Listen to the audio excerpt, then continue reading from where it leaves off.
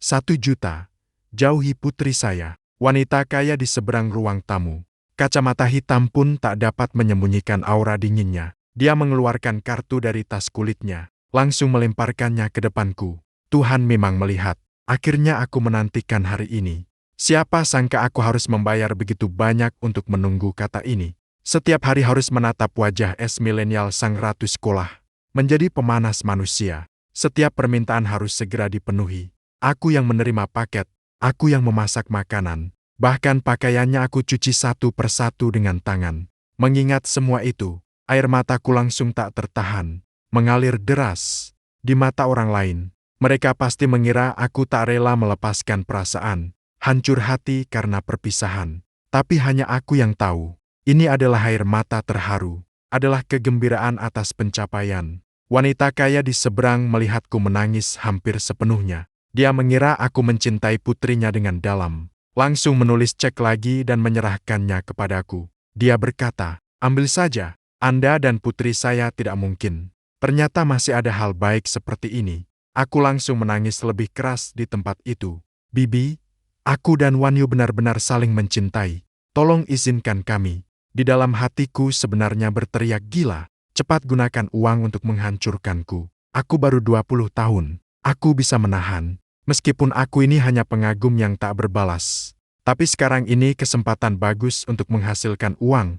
Peran harus dimainkan sepenuhnya. Di zaman sekarang tidak ada yang menolak uang. Nak, aku menyarankanmu untuk berhenti saat masih ada untung. Jangan sampai akhirnya kehilangan semua harta. Aku juga sudah menyelidiki latar belakangmu. Ingin menjadi menantu keluarga Lin. Kamu belum layak. Mendengar dia terus berbicara sendiri. Aku dalam hati mengkritik gila. Iya, Anda benar semua. Tapi di luar, aku tetap berlari dengan hidung meler dan air mata, ingin meraih tangannya. Bibi, perasaanku terhadap Wan Yu sungguh tulus. Aku menyadari orang-orang di sekitar mulai memperhatikan keributan kami. Mereka semua melontarkan tatapan penasaran. Merasakan tatapan itu, wajahku pun terasa memerah.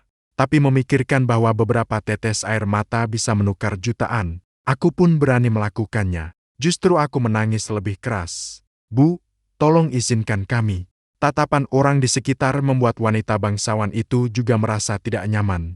Dia cepat-cepat melepaskan tanganku. Menggunakan syal sutra untuk menahan hujan. Dia meninggalkan satu kalimat dan berhenti di situ.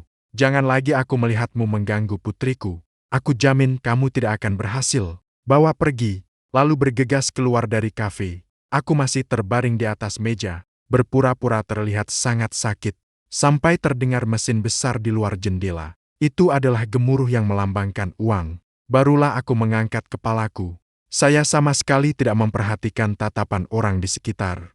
Secara sembarangan mengusap air mata, lalu dengan bersemangat mengambil kartu bank dan cek di atas meja. Aku melihat deretan nol panjang pada cek itu.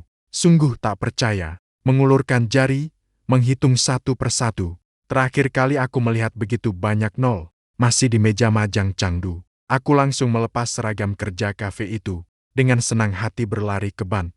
Melihat saldo kartu bank naik dari 4 digit, meningkat secara mendadak menjadi 7 digit. Saat itu, di kepalaku hanya ada 4 kata, pahit berakhir manis. Begitu uang masuk, saya langsung mengeluarkan ponsel, membuka kotak obrolan yang dipin, melihat layar penuh dengan teks berdesakan. Balon obrolan hijau yang saya kirim, sedangkan balasan lawan percakapan itu terpecah-pecah, bukan baik, melainkan kata-kata seperti bawa makan atau cuci pakaian. Saya menahan air mata dan menahannya kembali. Akhirnya tidak perlu lagi melayani anak kecil ini. Uang ini memang pantas saya dapatkan. Kebetulan, lawannya tepat waktu mengirim pesan lagi. Melihat kata itu, saya langsung marah. Saya berpikir, si pengecut ini sudah di tangan. Saya tidak lagi berencana bertahan di kota ini. Kenapa masih memanjakan wajahmu yang muram itu? Angin kencang membawa Yuen. Kalau ingin makan, buat sendiri. Aku tidak akan mengucapkan selamat tinggal lagi, ya. Setelah mengirim, saya sama sekali tidak menunggu balasannya. Langsung memblokir, menghapus layanan satu paket. Saya mengatur semuanya dengan jelas untuknya. Hati saya langsung terasa lega. Ini mengingatkan saya 2 tahun lalu di kafe yang sama. Saat itu saya masih pelayan. Saya melihat langsung seorang wanita kaya menaruh kartu di atas meja. berbicara kepada seorang mahasiswa olahraga setinggi 1,8 meter. Kartu itu berisi 1 juta. Saat dia langsung pergi, adegan dengan putri saya membuat saya terkejut. Ternyata uang begitu mudah didapat. Pemuda di seberang tadi masih menangis ngeluh. Setelah wanita kaya itu pergi, dia langsung tersenyum lebar dan mengambil kartu di atas meja. Dia melihat saya terus menatapnya, lalu dengan sombong mengetuk meja, berteriak kepada saya, "Lihat apa? Lihat kopinya." Baru saat itu aku kembali tenang dari keterkejutan. Cepat-cepat aku menyerahkan kopi yang ada di tanganku. Saat itu dalam pikiranku aku mulai merencanakan bahwa orang sepertinya bisa mendapatkan 1 juta. Dengan tinggi badan dan penampilanku, apa yang tidak lebih baik darinya? Uang yang aku dapatkan tidak boleh kurang dari miliknya, kan? Langsung aksi.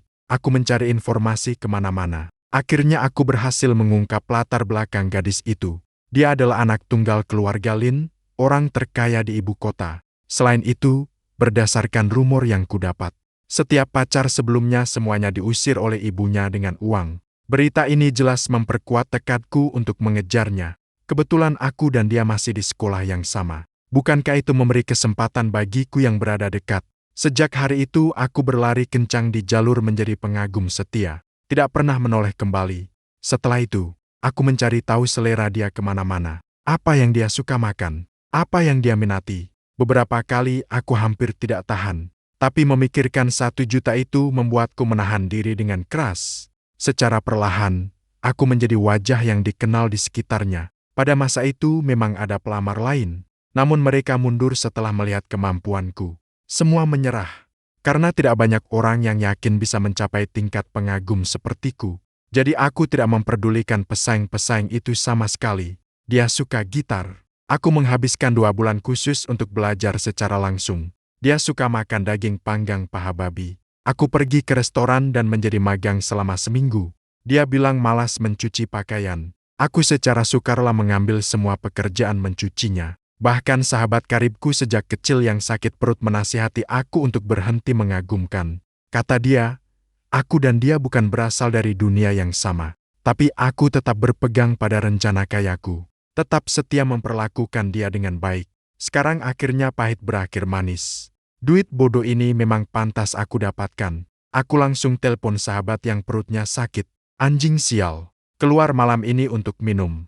Gimana? Kamu udah melengking bos perempuan itu sampai dapat.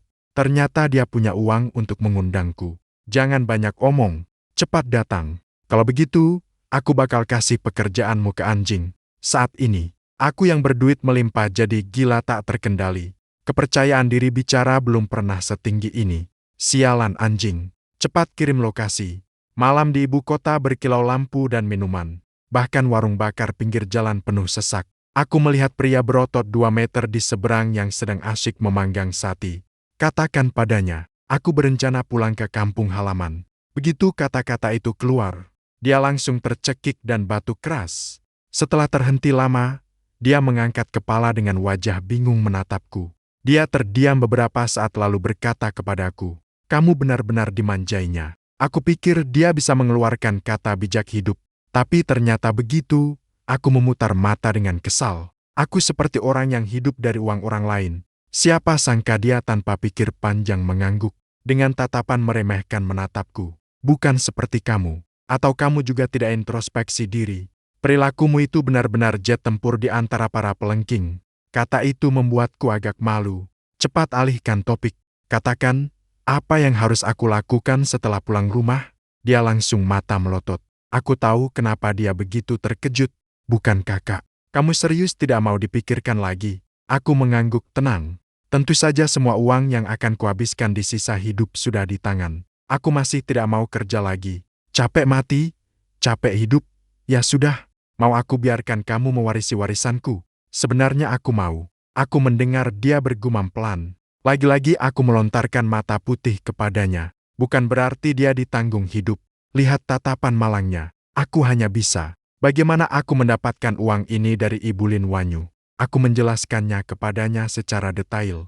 Tak kusangka dia tidak mengucapkan sepatah kata pun setelah mendengarnya. Lalu dia berjalan ke depanku. Aku sedang bertanya-tanya apa yang dia mau lakukan. Tiba-tiba, dalam 1 detik, pria setinggi 2 meter itu jatuh dengan keras. duduk di depanku, menyandarkan diri pada kakiku. Dia mulai menangis terisak-isak. Orang-orang di sekitar melontarkan pandangan aneh. Aku merasa wajahku hampir terbakar. Cepat kulurkan tangan untuk menariknya. Tapi tubuh kecilku tak mampu menariknya. Dia merasakan tatapan orang semakin aneh. Aku benar-benar tidak tahan lagi. Kupukul pipinya 2 kali dengan telapak tangan. Mungkin dia kebingungan karena pukulanku. Tangisnya akhirnya berhenti. Merasakan pandangan di sekeliling. Dia pun malu-malu menarik diri kembali ke tempat duduknya. Semua orang melihat tidak ada keramaian. Tapi setelah melihat, mereka pun berbalik. Saat itu, dia baru merah padam dan berkata padaku, "Kau, brengsek, punya cara kayak gini. Baru sekarang kau beritahu aku. Kau sungguh tidak cukup sebagai saudara." Mendengar dia berkata begitu, aku langsung membantah. "Kau makan lebih banyak tiap hari daripada babi. Tidurmu lebih larut daripada babi. Malasnya sampai tiap bulan aku harus menolongmu. Apakah kau punya kesabaran itu?" Siapa sangka setelah aku selesai mengomel, orang bodoh itu benar-benar menunduk memikirkan kata-kataku. Setelah setengah hari, dia mengangkat kepala dan berkata padaku, "Kau benar." Lalu dia kembali menunduk, dengan penuh semangat memamerkan tusukan sate di tangannya. Malam itu, si bodoh itu makan sate seharga 1 yuan per tusuk. Dia memaksa menghabiskan 300 yuan dariku. Dia bahkan mengaku itu sebagai penebusan dosa untukku. Aku sama sekali tidak ingin mengucapkan sepatah kata pun tentang hal itu. Keesokan harinya, aku langsung mengundurkan diri dari pekerjaan dengan cepat. Aku membawa beban menjadi orang lemah yang telah berjuang selama 2 tahun. Aku naik bus jarak jauh menuju kampung halaman. Tiba-tiba aku menerima pesan dari sahabat karibku. Namun isinya agak aneh. "Apa maksudnya maaf? Kak Jieng?" Aku berpikir, uangku juga tidak sedikit. Dia mana yang harus minta maaf padaku? Aku membalas dengan serangkaian tanda tanya. Ternyata orang sial itu malah memblokirku. Itu membuatku langsung merasa ada yang tidak beres. Tapi setelah dipikirkan lagi, aku sudah melarikan diri. Apalagi yang bisa terjadi? Bahkan sopir bus pun aku pilih khusus. Seorang veteran yang telah mengemudi 20 tahun tanpa kecelakaan. Aku tidak takut apa-apa. Menyadari hal itu, aku agak lega, tapi tetap menggenggam tas ranselku dengan erat. Belum sempat duduk stabil. Setengah jam, terjadi pengereman mendadak yang keras, menyebabkan seluruh tubuhku terlempar ke depan. Kepalaku menancap kuat pada kursi barisan depan. Menabrak membuat dahi terasa sakit.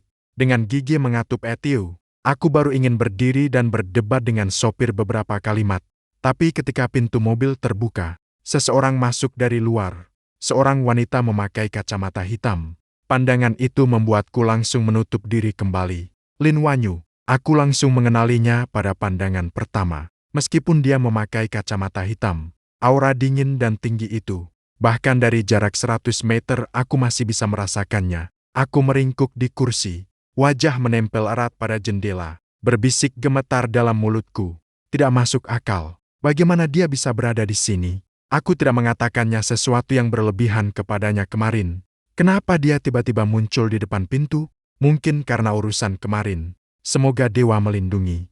Tolong jangan datang mencari masalah. Selama aku bisa menghindari bencana ini, aku akan membakar dupa tinggi untukmu setiap hari. Aku menyatukan kedua tangan, berdoa terus-menerus di sana. Tapi orang memang begitu. Semakin takut pada sesuatu, semakin muncul. Sebuah tenaga kuat di belakang tiba-tiba menarik kerah bajuku. Sekejap aku terangkat. Dalam hati aku mengutuk nasib sial. Aku cepat mengganti ekspresi wajah menjadi manis. Berbalik kepala, ternyata aku melihat wajah Lin Wanyu yang tersenyum palsu. Aku cepat berkata dengan nada manja, "Aduh, bukankah itu Kak Ikan? Sangat kebetulan bertemu di sini." Sambil berkata itu, aku meraih tangan yang mencengkram kerah bajuku untuk melepaskannya. Benar-benar tidak tahu apa yang dia makan untuk tumbuh. Seorang gadis yang tampak kurus dan lemah. Ternyata kekuatannya lebih besar dariku. Tidak bisa lepas dengan tangan. Aku langsung tegas dalam hati. Ini semua karena kamu yang mengundang diri. Jangan menyalahkanku. Lalu aku langsung mengangkat suara dan berteriak. Bagaimana? Kamu berselingkuh masih berani. Bahkan masih berani mengejarku sampai naik mobil. Taktik ini memang berhasil. Semua mata orang di dalam mobil tertuju pada kami. Seketika aku teringat pada semua cercaan terhadapnya. Melihat taktik ini berhasil, Aku menatap tangannya dengan wajah penuh kepuasan. Terus menarik tangannya dengan keras. Ternyata dia hanya mengangkat alis. Sedikit tersenyum. Aku melihat ekspresinya. Gerakan tangannya langsung terhenti. Ada firasat buruk yang muncul di dalam hati. Seperti yang kuprediksi. Detik berikutnya, dia malah melepaskan kerah bajuku. Dia berjongkok di tanah dan mulai menangis pelan. Dalam sekejap, semua suara kecaman terhadapnya di dalam bus menghilang. Aku menatapnya dengan tajam. Tidak tahu apa maksudnya. Ternyata dia mengangkat kepalanya. Dengan wajah penuh bekas air mata, langsung membuatku terkejut. Bukankah air mata itu seperti keran yang terus mengalir? Muncul begitu saja. Siapa sangka dia malah berteriak dengan suara menangis. Aku mengandung anakmu di dalam perutku.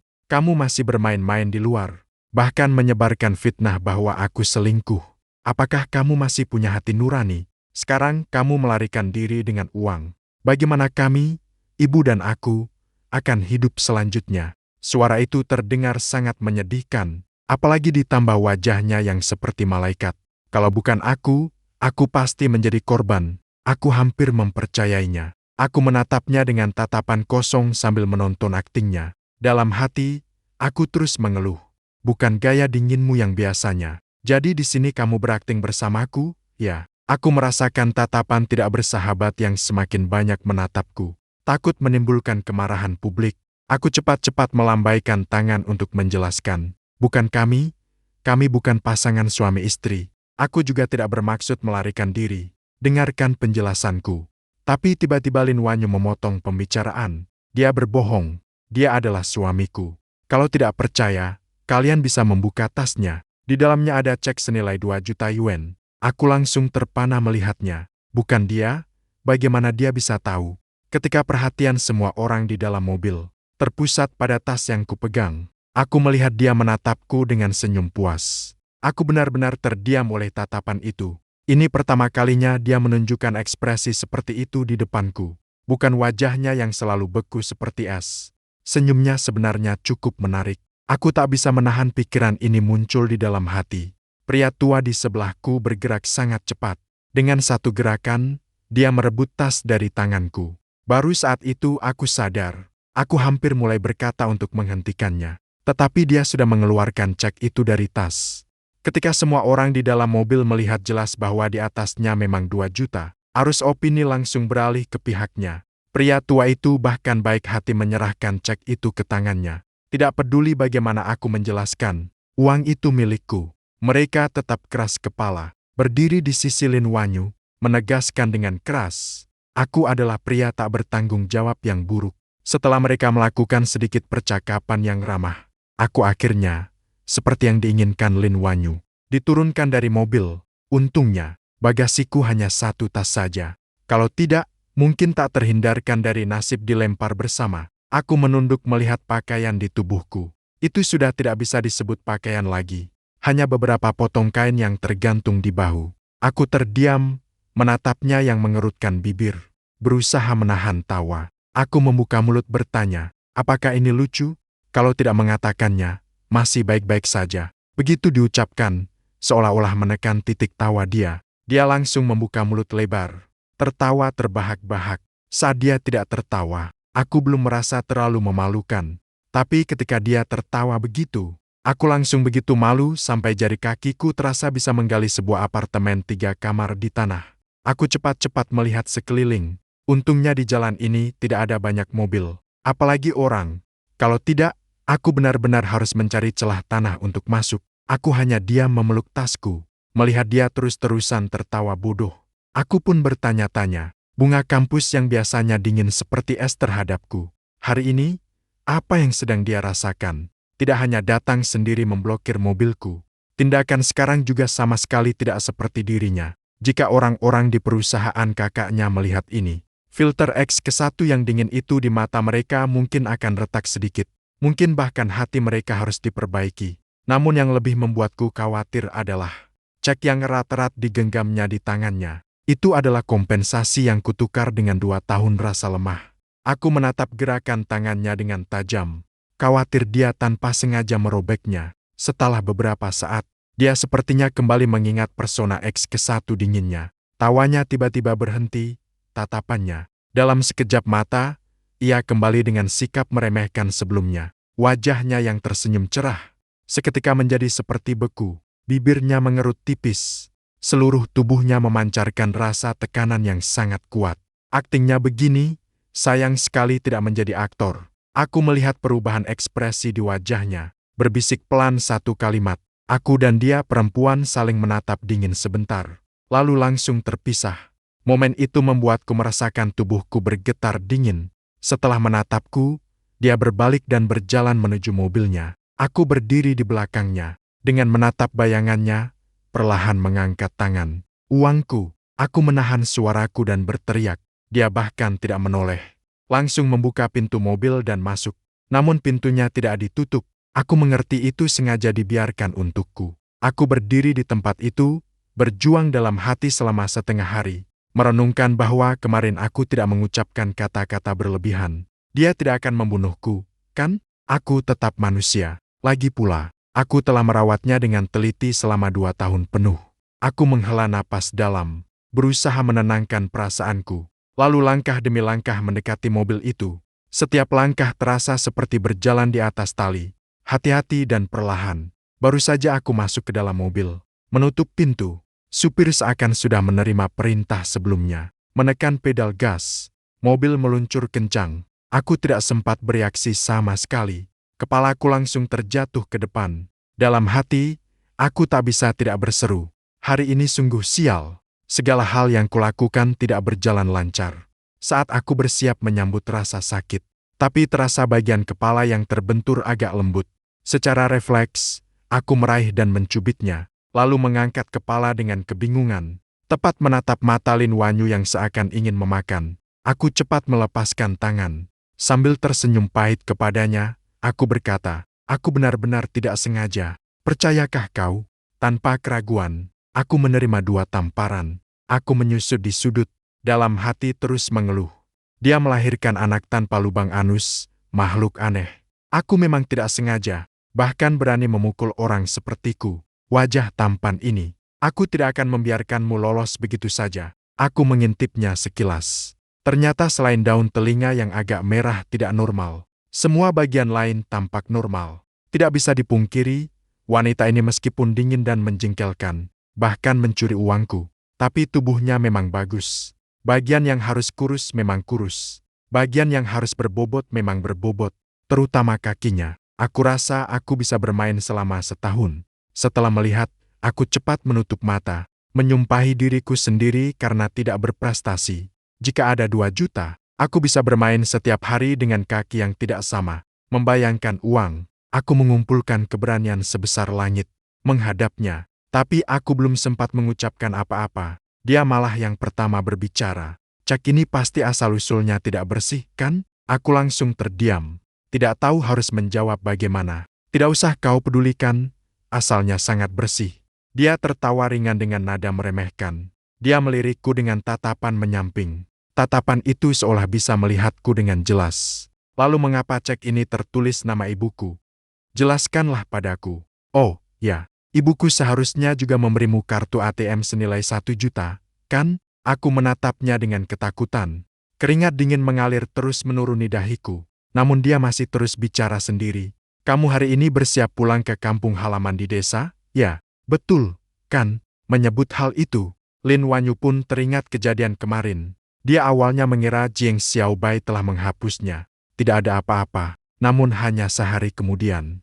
Dia menyadari hidupnya sepertinya tak bisa lepas darinya lagi. Saat bekerja, tidak ada lagi orang yang selalu menanyakan kabar dan peduli padanya. Membuatnya harus memeriksa ponselnya setiap beberapa menit sepanjang hari. Efisiensi kerja menurun drastis. Setelah lembur malam dan pulang ke rumah. Padahal dia sudah terbiasa sendirian. Kali ini justru terasa rumahnya sangat kosong. Memandang ruangan yang kosong melankolis. Barulah dia teringat terakhir kali merasakan hal itu. Masih 2 tahun yang lalu, saat Jiang Xiaobai tidak muncul, dia duduk di sofa, dengan tatapan kosong, menggesek ponselnya, namun menunggu lama sekali. Tidak ada satupun orang yang mengirim pesan kepadanya. Barulah Lin Wanyu mengakui, bahwa hidupnya tak lagi bisa tanpa Jiang Xiaobai.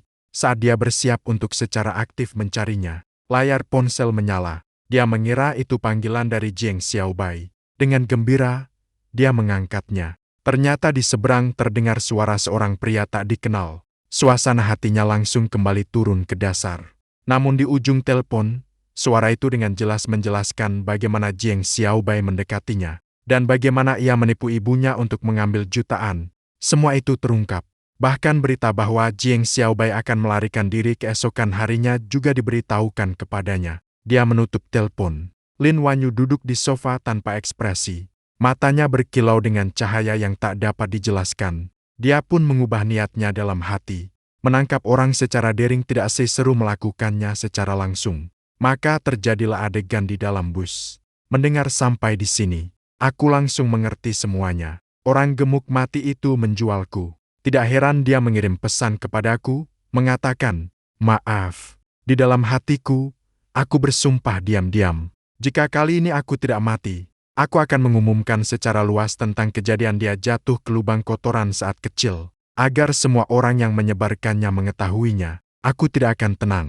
Dia juga jangan berharap hidupnya tenang. Dengan tekad untuk mati, aku menatapnya. Aku berkata, tidak salah. Begitulah, bagaimana? Ya. Kalau berani, bunuh saja aku. Tapi dia hanya tertawa ringan. Dia menatapku dengan tatapan yang sangat aneh. Siapa yang bilang akan membunuhmu? Tidak membunuhku. Kalau begitu, kenapa kamu repot-repot menangkapku? Aku langsung terdiam, memandangnya dengan bodoh. Hal tentang wanita cantik, jangan campur urusanku.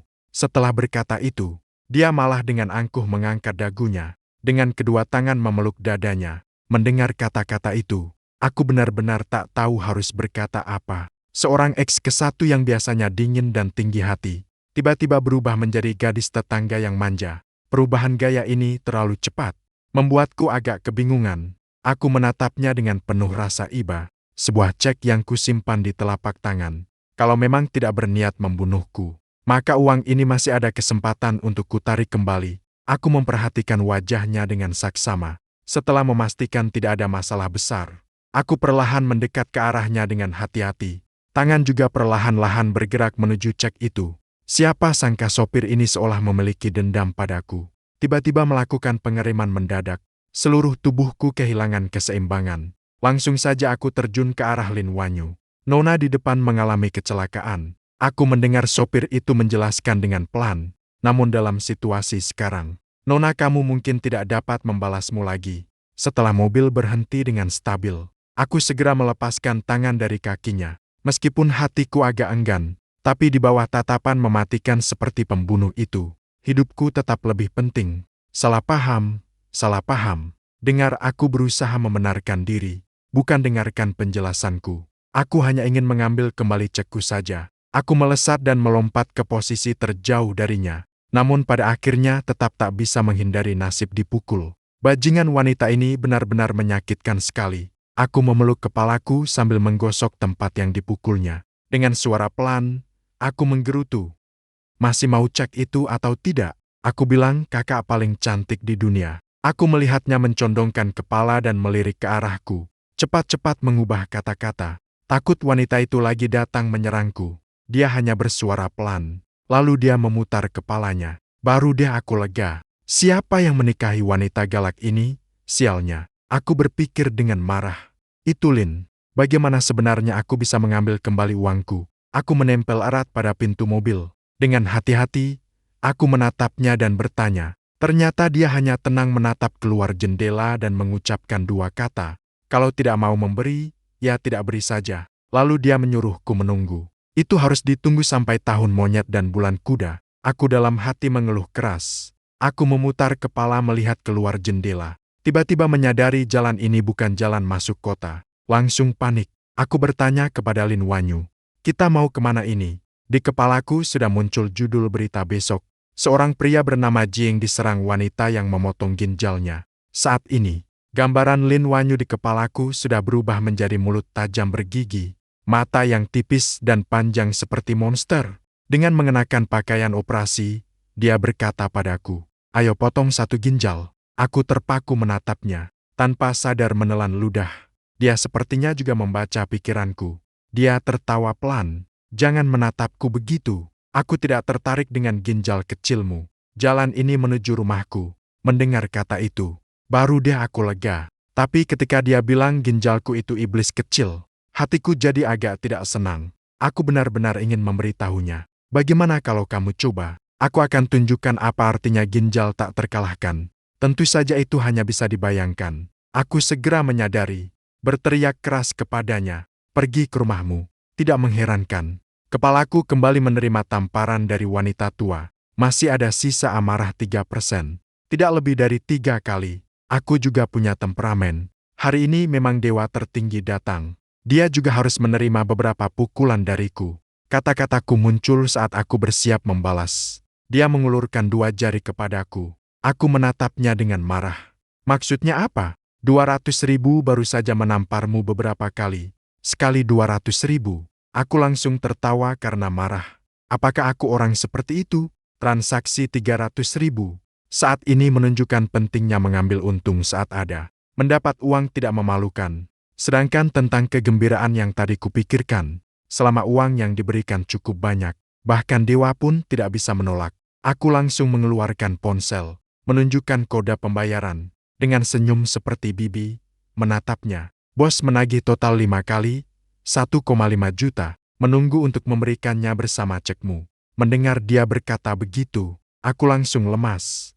Kamu hanya menggambar impian untukku, ya. Sekarang, lakukan saja. Semangat keras tadi sudah hilang. Jangan bertindak. Langkah-langkah ini akan sia-sia. Seketika aku tidak tahu harus berbuat apa. Aku hanya duduk sendirian di pinggir. Tenang, aku bukan tipe orang yang makan terus jadi gemuk. Mendengar kata-kata itu, aku hanya bisa berdoa dalam hati. Semoga saja, tidak tahu berapa lama mobil itu berjalan. Akhirnya masuk ke jalan kecil yang terpencil. Setelah melewati hutan maple buatan, pandangan terbuka lebar. Di atas padang rumput yang luas, terdiri sebuah bangunan seperti kastil. Saat mobil perlahan masuk ke gerbang, 2 patung singa batu itu tampak semakin megah. Matanya seolah hidup kembali. Turun dari mobil dan masuk. Tidak tahu kapan Lin Wanyu turun dari mobil. Orang itu sudah sampai di depan pintu. Aku mengeluarkan suara lalu cepat-cepat turun dari mobil, mengikuti dia, mendorong pintu masuk. Di dalam tidak semewah yang kupikirkan, justru terasa agak sederhana. Seluruhnya memberi kesan kosong. Saat aku mengikuti Lin Wanyu, langkah pertama masuk ke dalam ruangan. Kata pertamanya hampir membuatku terkejut sampai melangkah ke udara kosong. Sepasang singa batu di depan pintu bernilai 20 juta. Setiap barang di dalam rumah bernilai setidaknya jutaan. Dia berjalan di depan. Satu persatu, dia menjelaskan asal-usul dan nilai setiap barang. Ini membuatku pertama kali merasakan apa artinya orang kaya sejati. Dunia, bahkan lukisan yang tergantung sembarangan di pintu masuk adalah karya asli seorang maestro. Baiklah, duduklah di sini. Tunggu sebentar. Dia menunjuk sebuah kursi kayu dan berkata padaku. Saya menatapnya, benar-benar tidak mengerti apa yang dia maksud. Dia membawa saya ke rumahnya. Lalu dia memperkenalkan semua barang ini lagi. Sebenarnya ingin apa? Saya langsung menanyainya dengan terus terang. Pak Lin, kamu membawaku ke sini. Kamu lagi menjelaskan begitu banyak. Sebenarnya ada rencana apa? Ternyata dia hanya tersenyum misterius padaku. Menunggu, menunggu, menunggu. Dia jujur saja membuatku menunggu. Kalau kamu tidak menjelaskan, aku akan pergi. Aku jarang sekali bersikap tegas padanya. Oh, begitu? Dalam radius beberapa kilometer dari sini semuanya adalah wilayah pribadi. Kalau ingin naik taksi keluar 20 kilometer ke atas. Kalau kamu ingin pergi, aku pasti tidak akan menghalangimu. Setelah itu dia menampilkan senyum berbahaya, lalu menambahkan, tapi, aku rasa semua binatang kecil di sekitar pasti berterima kasih atas jamuan besar ini. Dia menepuk bahuku dengan lembut. Kaki saya langsung lemas. Langsung saja saya terjatuh dan bersandar pada kursi kayu. Lin Wanyu tidak mengejek penampilan pengecutku. Dia hanya berbalik dan naik ke atas. Aku berbisik memanggilnya ke arah bayangannya. Cepat pergi, cepat kembali ya. Lalu saya melihat langkahnya berhenti sejenak. Namun dia tidak menoleh. Terus berjalan ke atas. Dengan cepat ia menghilang dari pandanganku. Aku merasa sangat kesal di dalam hati.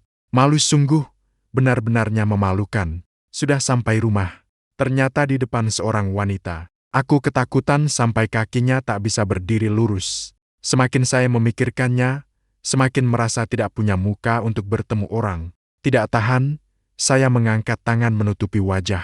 Menunggu setengah hari. Dia juga tidak berniat turun. Aku agak tidak bisa duduk tenang. Lalu aku berdiri dan berjalan mondar-mandir di dalam rumah. Semua hiasan di rumah ini membuatku ternganga. Di mataku, ini bukan apa-apa seni. Ini jelas sekali sekumpulan cek yang terhubung panjang. Aku sambil melihat sambil memikirkan, kalau semua barang ini milikku, aku pasti segera menukarnya semua menjadi uang tunai. Hanya dengan begitu hatiku akan tenang. Tidak melihat satu pun hiasan. Saat memikirkan harganya, aku tak tahan menahan desah.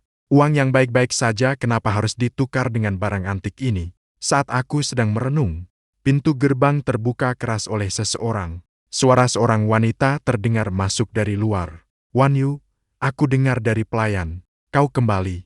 Ini kau." Kami berdua hampir bersamaan berseru. Benar, orang yang datang adalah Ibu Lin Wanyu. Begitu melihat wajahnya, pikiranku langsung melayang kembali. Kata-kata keras yang dia ucapkan di kafe. Jika dia lagi membuatku bertemu, "Kau berurusan dengan putriku. Aku berjanji akan membuatmu menyesal." Membayangkan hal itu, hatiku langsung berdebar. Rasanya akan berantakan. Faktanya menegaskan firasatku tidak salah. Aku belum sempat memikirkan kata-kata. Bagaimana harus kuucapkan? Di sisinya, dia sudah mengangkat tasnya, langsung melemparkan ke wajahku. "Kau," katak busuk, "berani sekali ya, bahkan berani mengejarku sampai rumah." Dia sambil memaki sambil berjalan. Dia juga sambil mengambil hiasan rumah dan melemparkannya ke arahku. Untungnya, berkat refleks bertahun-tahunku, aku berhasil menghindar. Namun aku melihat dia melempar barang-barang seni itu seperti batu bata. Hatiku terasa sakit berdenyut-denyut. Itu semua uang, kan? Sudah berkelahi cukup lama. Bu akhirnya lelah melempar. Dia bersandar pada dinding dan beristirahat. Aku pun akhirnya bisa menghela napas. Dia lelah melempar barang. Aku lelah menghindar lebih dari dia. Dan orang ini benar-benar mengeluarkan segala cara. Aku bersandar pada dinding. Dengan napas terengah-engah, aku berkata padanya, "Bibi, dengarkan dulu penjelasanku. Berikan aku kesempatan menghela napas. Sebenarnya situasinya tidak seperti yang kamu pikirkan. Penipu, aku belum sempat menagihmu. Kamu malah berani bilang cinta sejati. Pada akhirnya, bukankah kamu cuma pengagum sejati? Aku bahkan belum mengunjungimu. Kamu malah mengejarku sampai ke rumah." Mendengar itu membuatku agak malu. Lagi pula dulu saat berakting, aku memang menambahkan sedikit drama pada diriku. Tapi memikirkan cek yang sudah dirampas oleh putrinya, aku jadi marah. "Kamu pikir aku rela datang? Anak perempuanmu menculikku, belum lagi membawaku ke tempat yang tak ada apa-apa ini." Sambil berkata itu, aku mengeluh sambil melirik sekeliling. Namun ketika mataku melayang ke serpihan-serpihan di tanah, hatiku tetap terasa sakit. Aku melihat Bu juga terkejut. Kurasa dia juga menyadari. Dia mengerti kuncinya. Kebetulan Wanyu turun dari atas pada saat itu. Dia mengerutkan alis, sambil memegang sekumpulan kertas. "Kalian sedang apa ini? Ada apa?" Saya malas mengurusi dia. "Apa yang kamu pegang di tangan?" Langsung melangkah maju. Dengan suara dingin, saya menanya padanya, "Uangnya saya di mana?" "Duduk dulu, Bu. Kebetulan kamu juga di sini. Mari duduk semua." Saya melihat Ibu Lin patuh duduk di bangku panjang, tapi saya malah tidak. Dia menyuruh saya duduk, saya pun duduk. Itu membuat saya sangat kehilangan muka. Saya sama sekali tidak memperhatikan kata-katanya. Sikap saya keras sampai titik tertinggi. Langsung mengulurkan tangan ke arahnya. "Uang saya, duduklah." Di seberang, ekspresi Lin Wanyu menjadi muram. Matanya memancarkan cahaya dingin yang membuat orang terkesan. Saya menelan ludah, tetap berusaha bertahan. Setelah 1 menit berlalu, saya dan Ibu Lin duduk bersebelahan dengan patuh di kursi. Mengingat kembali apa yang terjadi dalam 1 menit tadi, saya benar-benar tidak menyangka. Lin Wanyu lebih pendek 1 tingkat dariku. Wanita dengan tubuh ramping itu, ternyata dengan cepat memberiku sebuah lemparan over shoulder. Saat itu, Ibu Lin di sebelah berbisik, dia memiliki sabuk hitam taekwondo. Hatiku benar-benar hancur. Kupikir, terima kasih banyak, ya. Kenapa tidak bilang tadi? Harus menunggu saya dipukul dulu baru mengingatkan Lin Wanyu. Dengan wajah muram, dia berjalan ke depanku. "Baiklah, saya akan bicara denganmu. Kamu tidak mengerti, kan? harus memaksa aku untuk bertindak. Begitu, apa yang bisa kukatakan? Tinju yang besar memang menjadi kebenaran. Lalu dia melemparkan tumpukan kertas itu ke arahku dengan suara pak.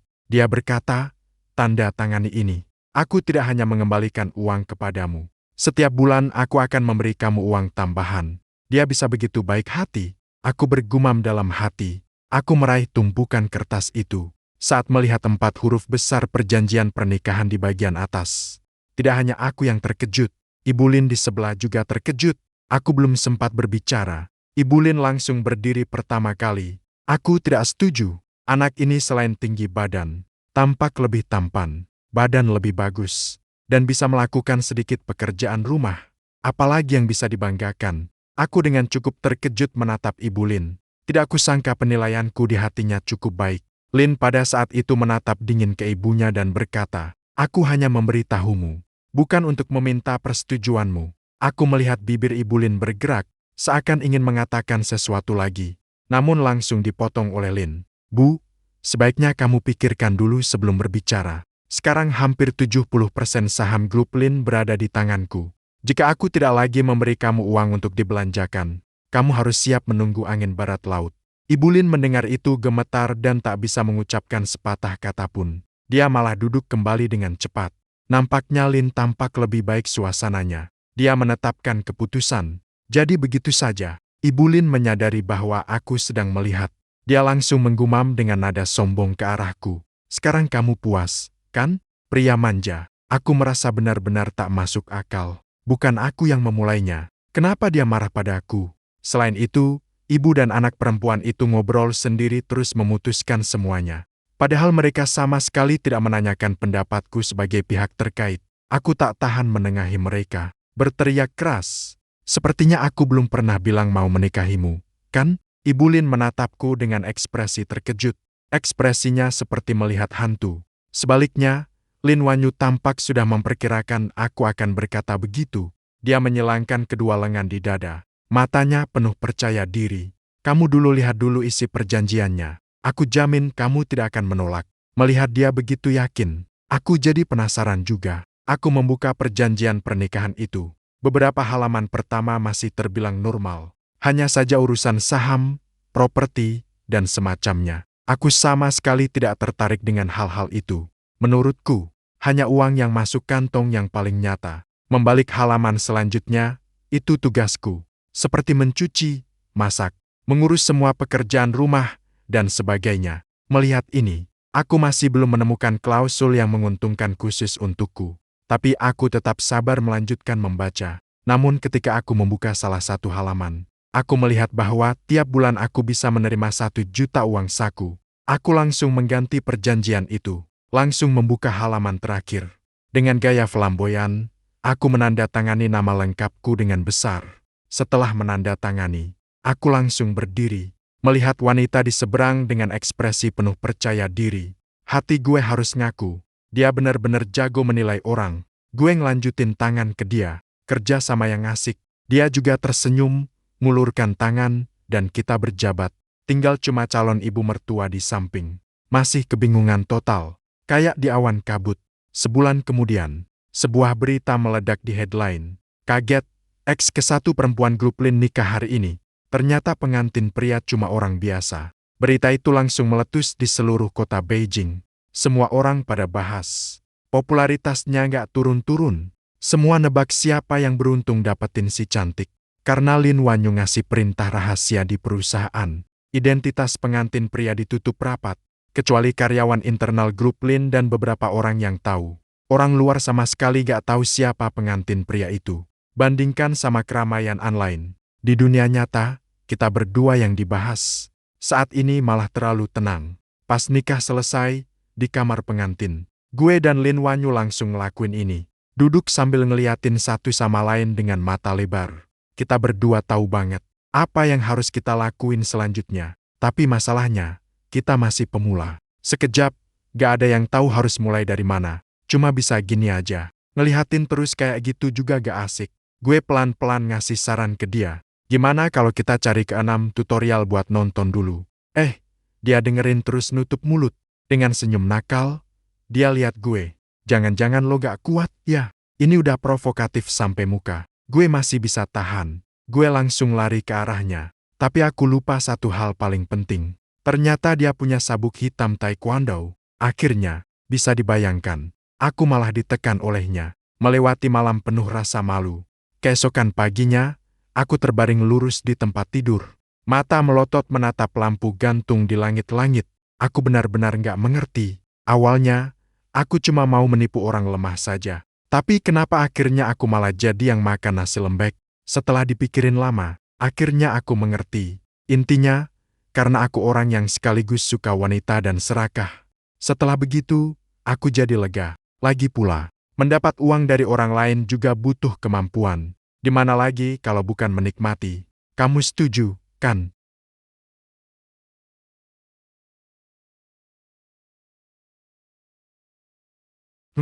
Kamu